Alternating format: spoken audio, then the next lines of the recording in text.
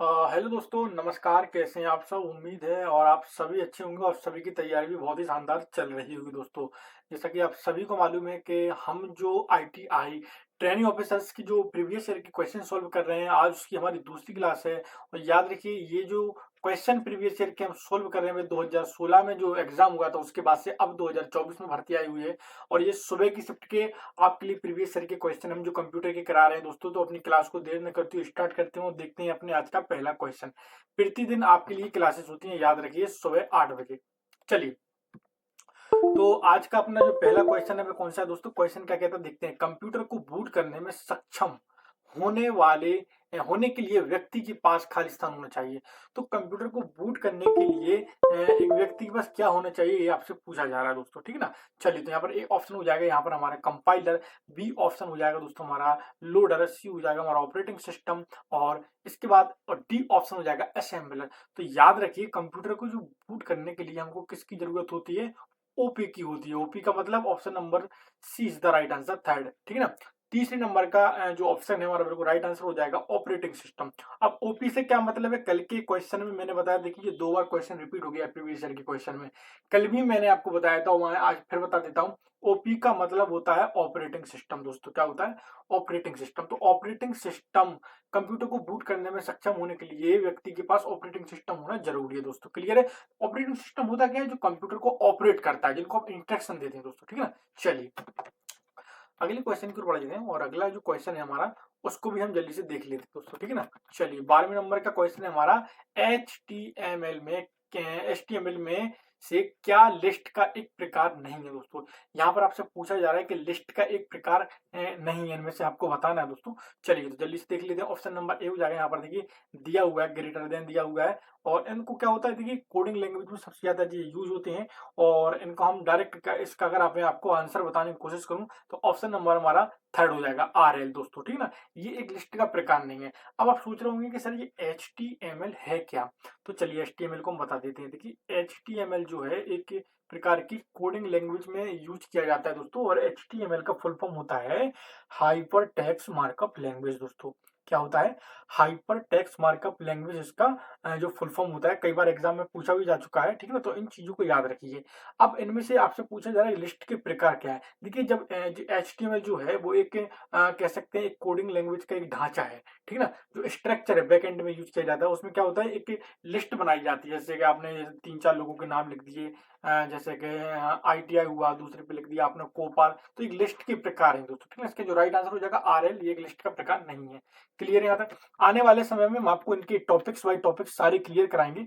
अभी आज हमारी दूसरी क्लास है, लेकिन और हम जल्द से जल्द आपको और भी कंटेंट बढ़ा देंगे। ये तो हम प्रीवियस ईयर के क्वेश्चन लगवा रहे हैं अब, लेकिन जो आने वाले एग्जाम में आपके क्वेश्चन किस प्रकार से बनेंगे उन पे भी हम जल्द से जल्द डिस्कस करेंगे दोस्तों, ठीक है ना। और एक 10 बजे क्लास हमारी एसएससी जीडी की होती है, वो भी आप देखना चाहें तो देख सकते हैं। चलिए, 13वें नंबर का क्वेश्चन क्या कहता है? एक एंटीवायरस सॉफ्टवेयर नहीं है दोस्तों। इनमें से आपको बताना है, 4 ऑप्शन नीचे दिए गए हैं, इनमें से कौन सा एक एंटीवायरस सॉफ्टवेयर नहीं है। ऑप्शन नंबर ए हो जाएगा डीवीएमएस। ऑप्शन नंबर बी हो जाएगा मैकेफी। और हमारा सी हो जाएगा एवास्ट। और डी हो जाएगा दोस्तों हमारा अविरा दोस्तों। तो याद रखिए दोस्तों, इनमें से हमारा कौन एक एंटीवायरस नहीं है? तो डीवीएमएस दोस्तों हमारा एक एंटीवायरस नहीं है। बाकी मैकेफी और एवास्ट और अविरा, ये तीनों की तीनों हमारे क्या है दोस्तों? एंटीवायरस के ही एक प्रकार है। एंटीवायरस होता क्या है तो आप सभी को मालूम होना चाहिए। एंटीवायरस हमारे कंप्यूटर की रक्षा करता है वायरसों से दोस्तों, ठीक है ना। क्लियर है? चलिए, अब बढ़ जाते हैं अपने अगले क्वेश्चन की ओर दोस्तों। और आप सभी से रिक्वेस्ट करना चाहता हूं कि अगर प्लीज चैनल पर नए हैं तो जरूर चैनल को सब्सक्राइब कर दीजिए, बेल आइकन को ऑन कर दीजिए, ताकि क्लास का नोटिफिकेशन सबसे पहले आपके पास पहुंचे। अभी से हमारी आज दूसरी क्लास है, मैं बार बार आपको रिपीट कर करके इसलिए बता रहा हूँ क्योंकि अब धीरे धीरे धीरे हम और भी क्लासेस को बढ़ाते जाएंगे, कंटेंट को और भी अच्छा लाने के लिए आपके सामने कोशिश करेंगे दोस्तों, ठीक है ना। 14वें नंबर का जो क्वेश्चन उसको देख लेते हैं। की स्ट्रोक का प्रयोग डॉक्यूमेंट में सबसे ऊपर जाने के लिए होता है दोस्तों। यहाँ पर सिंपल सा क्वेश्चन, यहाँ पर आपसे पूछा जा रहा है कि कौन से की स्ट्रोक यानी किस की का उपयोग डॉक्यूमेंट में सबसे ऊपर जाने के लिए किया जाता है। बिल्कुल सिंपल सा क्वेश्चन है, थोड़ा सा लॉजिक लगाने की जरूरत है। और ऐसे ही क्वेश्चन आपके आगामी परीक्षा में आएंगे, बस ऐसे थोड़ा सा लेवल उठने की संभावना है दोस्तों, ठीक है ना। क्योंकि आप देख रहे हैं कि 2016 में कॉम्पिटिशन कुछ और था जॉब का, और अब कॉम्पिटिशन कुछ और हो गया है, तो हमको थोड़ी हार्ड स्टडी करना है। उसके लिए हम जल्द से जल्द इन क्वेश्चनों को बढ़ा देंगे, ज्यादा से ज्यादा क्वेश्चन आपके सॉल्व कराएंगे, ताकि आने वाले समय में आपको ज्यादा से ज्यादा कवर करा सकें। ऑप्शन नंबर हो जाएगा कंट्रोल होम, बी हो जाएगा कंट्रोल एंड, डी हो जाएगा टॉप, और इसके बाद डी हो जाएगा हमारा ई एस्केप दोस्तों। तो देखिए की स्ट्रोक यानी की स्ट्रोक मान के चलिए एक हमारा पूरा एक एम एस वर्ड में आपने देखा होगा एक पूरी एक फाइल है ये, ठीक है ना। इसमें बहुत सारे पेज हैं, तो आपसे पूछा जा रहा है आपका कर्सर यहाँ पर यहाँ है, यहाँ पर मान के चलिए एक और, ठीक है, कर्सर आपका यहाँ पर है। अगर आपको सबसे ऊपर जाना है होम पर यहाँ पर, तो आप किस की का उपयोग करेंगे। तो यहाँ पर option number A is the right answer हो जाएगा कंट्रोल CTRL प्लस होम। इसको आप प्रेस करेंगे तो सबसे ऊपर पेज की पहुंच जाएंगे, ठीक है ना, क्लियर है यहाँ तक। अगर आप होम की भी दबा देंगे तो वहां से भी आप जा सकते हैं, लेकिन कंट्रोल प्लस होम सबसे ज्यादा सही रहता है। चलिए, अगर कंट्रोल एंड दबाएंगे तो अगर सबसे ऊपर होंगे तो सबसे नीचे आ जाएंगे, ये भी आप ध्यान रखिए। चलिए अब अगले नंबर के क्वेश्चन को पढ़ते हैं, और 15वें नंबर का क्वेश्चन क्या कहता है हमारा, उसको भी देख लेते हैं। देखिए, मल्टी प्रोग्रामिंग का कॉन्सेप्ट कंप्यूटरों की खाली स्थान जनरेशन में प्रस्तावित किया गया था दोस्तों। जो मल्टी प्रोग्रामिंग का जो कंसेप्ट था वो कंप्यूटर की कौन सी पीढ़ी में किया गया था, जनरेशन में इसको जनरेशन में प्रस्तावित किया गया था। ऑप्शन नंबर ए हो जाएगा पहली, बी हो जाएगा द्वितीय, सी हो जाएगा तृतीय, और डी हो जाएगा चतुर्थ। तो मैं आपको बता दूं, जो मल्टी प्रोग्रामिंग कंसेप्ट कंप्यूटर की जो जनरेशन कौन सी जनरेशन में हुआ था, तो तृतीय जनरेशन में हुआ था, यानी कौन सी, थर्ड जनरेशन में हुआ था। क्लियर है यहाँ तक। चलिए, ऑप्शन नंबर हमारा सी इज द राइट आंसर हो जाएगा। अगले क्वेश्चन की ओर बढ़ते हैं दोस्तों। अगला क्वेश्चन क्या कहता है हमारा, उसको भी हम जल्दी से देखेंगे। क्वेश्चन कहता है कि निम्न में से कौन सी कम्युनिकेशन डिवाइस अनेक डिवाइसों से ट्रांसमिशन को एक चैनल में मिलाती है दोस्तों। आपसे यहाँ पर सिंपल शब्दों में पूछा जा रहा है कि ऐसी कौन सी कम्युनिकेशन डिवाइस है दोस्तों, डिवाइस के बारे में बात हो रही है। ऐसी डिवाइस बताइए जो अनेक डिवाइसों से ट्रांसमिशन को एक चैनल में मिलाती है। ऑप्शन नंबर ए हो जाएगा कन्वर्टर, बी हो जाएगा मॉडिफायर, सी हो जाएगा हमारा मल्टीप्लेक्सर, और डी हो जाएगा फुल डुप्लेक्स फाइल। इसका राइट आंसर हो जाएगा option number C is the right answer, multiplexer is the right answer दोस्तों। क्लियर है यहाँ तक, किसी को यहाँ तक कोई दिक्कत तो नहीं। चलिए अगला क्वेश्चन देख लेते हैं दोस्तों। अगला क्वेश्चन क्या कहता है, अगला क्वेश्चन हमारा इंटरनेट द्वारा प्रयुक्त प्रोटोकॉल का एक स्टैंडर्ड सूट है दोस्तों। यहाँ पर आपसे पूछा जा रहा है कि इंटरनेट द्वारा प्रयुक्त एक प्रोटोकॉल होते हैं। देखिए, हम टॉपिक बाय टॉपिक हमने ऑलरेडी पहले से ही क्लासेस बना के हमारे चैनल पर डली हुई हैं, लेकिन आप कहेंगे तो इनको भी हम टॉपिक बाय टॉपिक जल्दी से जल्दी खत्म करा देंगे। तो इंटरनेट द्वारा प्रयुक्त प्रोटोकॉल का स्टैंडर्ड सूट है। ऑप्शन नंबर ए हो जाएगा OSI, बी हो जाएगा हमारा HTTP, सी हो जाएगा हमारा SMTP, और डी हो जाएगा TCP प्लस IP दोस्तों, ठीक है ना। तो यहाँ पर देखिए, इंटरनेट में जो प्रयुक्त प्रोटोकॉल का स्टैंडर्ड सूट है कौन सा दोस्तों, TCP plus IP, TCP plus IP।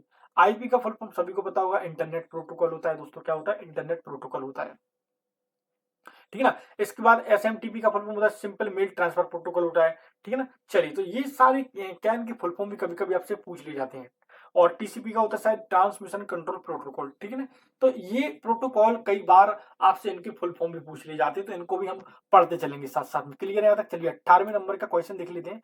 And 18वें number का जो हमारा क्वेश्चन हो जाएगा वह हो जाएगा दोस्तों, एक रिलेशन होता है, किसका होता है यहाँ पर आपको बताना है, ठीक है ना। ऑप्शन नंबर यहाँ पर ए हो जाएगा एक आयामी तालिका, बी हो जाएगा दो आयामी तालिका, सी हो जाएगा बहुआयामी तालिका, ठीक है।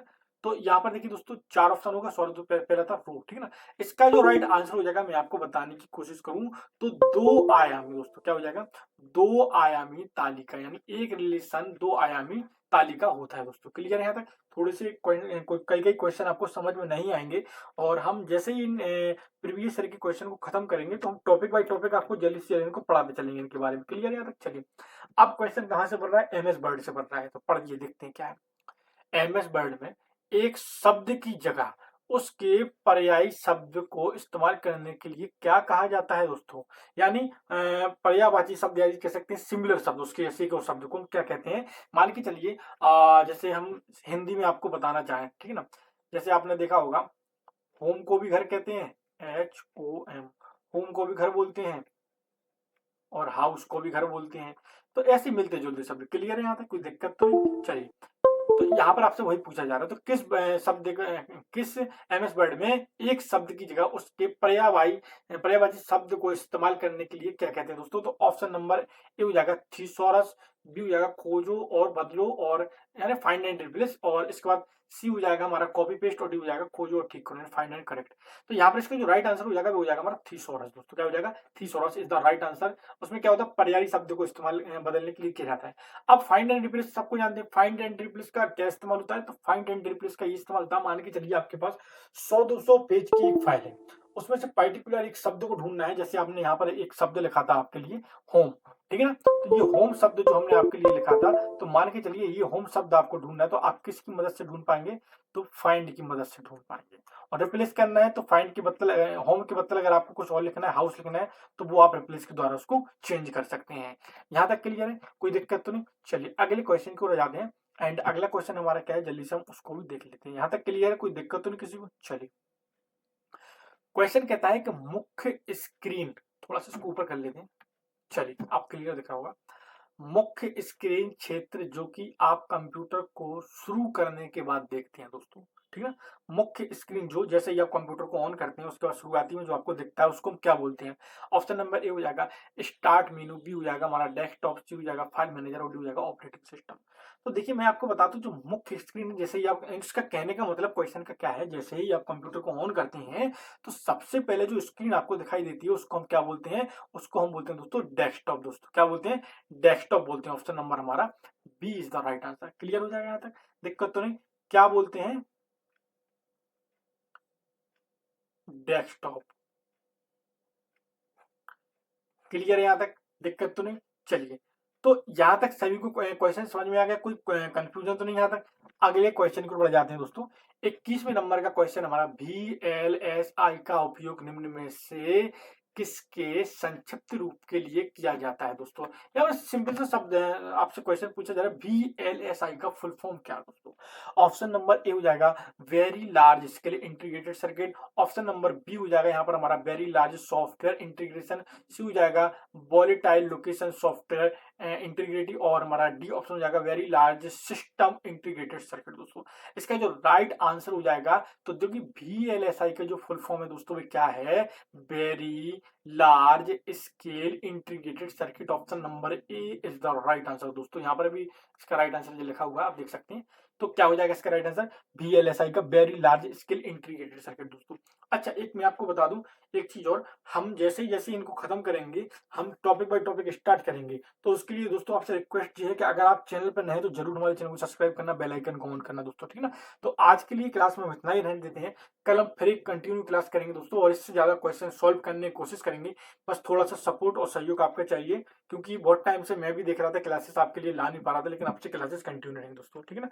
मिलते हैं कल एक और नई क्लास के साथ, एक और नए कंटेंट के साथ दोस्तों।